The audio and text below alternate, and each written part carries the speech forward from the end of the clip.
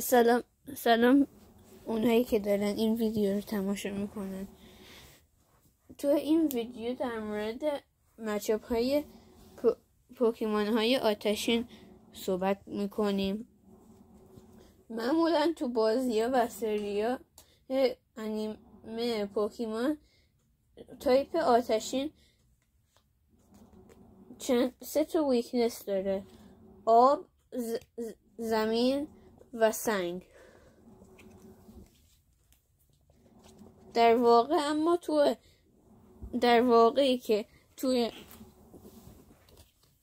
کارت ها ضعف اونا فقط آبه که 2 برابر دمیجی که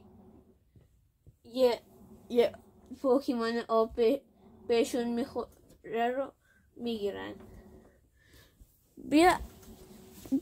بیا با سمسیر شروع کنیم.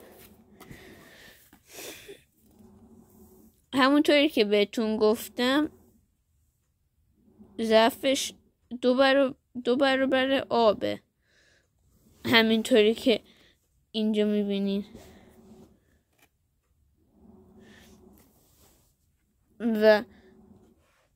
و میخواستم به دقتتون برسونم که این کارت از یه کارتی ایوالف شده.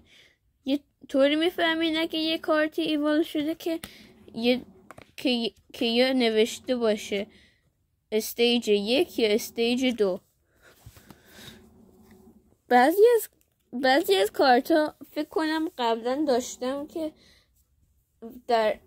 در تایپ جنگی ضعف داشتن.